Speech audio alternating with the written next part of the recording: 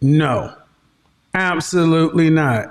And let me tell you something. Let me tell you something about what I had to learn when I was a young sales rep. Okay, when I was a young sales rep, I was ranked number 2 in the nation.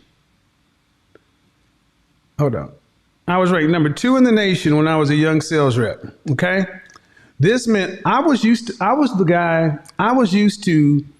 the founders of the company, the people up in the C-suites. I was used to them coming up to me and saying, Kevin, we're going to need you to win the game for us. It was not uncommon for members of the board, members of the C-suite to come out and say, look here, we are behind and we need to report our numbers to Wall Street. And it's the last day of the month. And a couple of guys did not make their quota. Can you go get us an additional $20,000? My quota was $7,000. We need you to go get us an additional $20,000 on the last day of the month. Now I'm already 300% the plan. I'm already sitting at $21,000, $22,000. I'm thinking about next month, the month after next. I'm 6 months in, and they asked me to go pull another $20,000. And of course, I'll skip this part of it, but we negotiated, and I made sure it got done, right? I made sure it got done. So here's the funny thing. When it comes right down to it, though, I had to learn one thing more than anything else, that there's a work hard component. But I used to always marvel at how my non-black counterparts never seemed to be sweating like we were. My goal was, because I was taught, just like most of you guys, be like John Henry, get out here and just work your ass off. Cold calling in Houston or Dallas, Texas in the middle of the summer in a suit.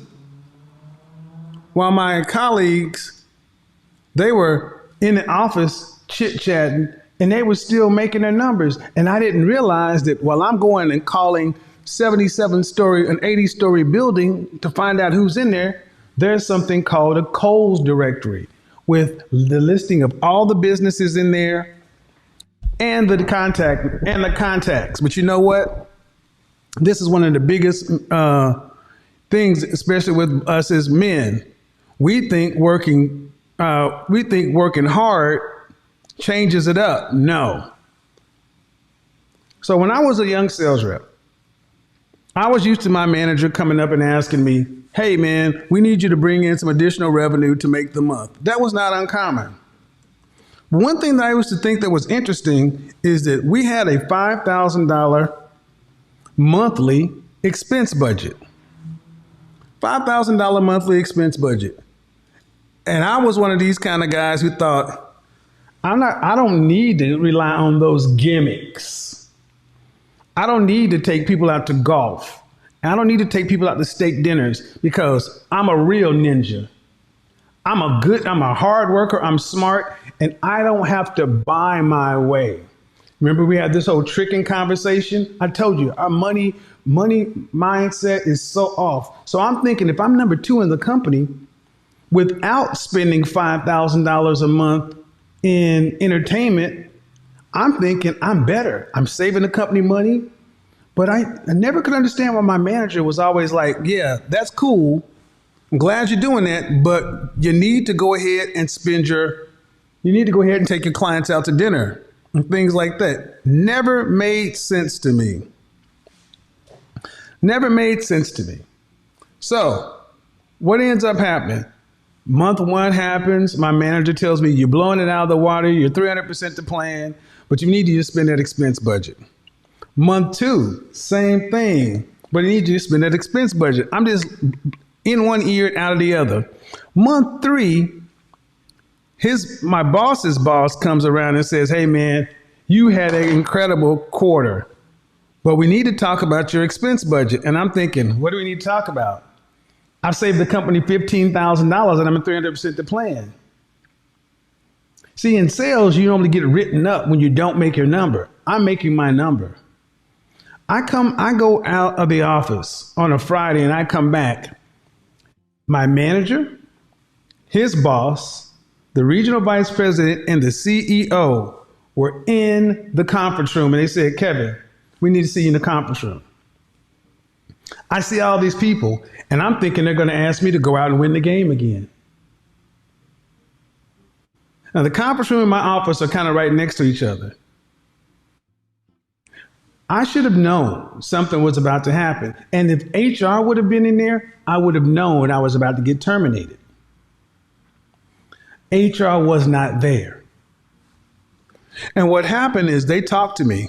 Get the likes up, folks, so the comment section gets shut off. What happened was they started talking to me about this damn expense account. And I finally said, guys, I don't understand. I don't need to be like that guy and this guy and that guy who have to buy cigars and golf trips and all that kind of stuff. Why do I need to do all that? I'm out here outworking them. And then one of my VPs, his name was Tony. He says, I got it, guys. He's like, I came up poor too, Kevin. I came up poor too. And let me try to explain it to you this way, because I just didn't understand. He said, there's a social side to success. He's like, you think you're helping the company out by making 300% the plan and saving money. But we keep asking you to do something. And every time we ask you to do something, you go above and beyond. But when we ask you to do this, you don't. And they spent the next 2 hours explaining to me the social side of success. He's like, there's something to say. When you sell a client on the value of something and you're giving them something to impact their bottom line, they'll keep you. But when you have a relationship and you're providing value, they'll stay with you for a long time. He's like, think about those accounts you try to win and you're better on price, you're better on service, you're better everywhere. And they won't even take the meeting. Or even if they do take the meeting, and you could be saving them as much as 40%. And you could hit every mark necessary, but they won't leave. And you ask them the question, what is the business justification for the decision you're making? And they can't give you one. And this is what tends to trouble logical, strategic-minded folks the most, because our need to have stuff makes sense. This is why you see so many guys who are left brain who look like shit. They don't understand image matters. To them, the job matters. And what we're going to talk about is the social side of success at work and, more importantly, in your personal life. Because many guys who come over here are successful at work, but your fucking personal life sucks.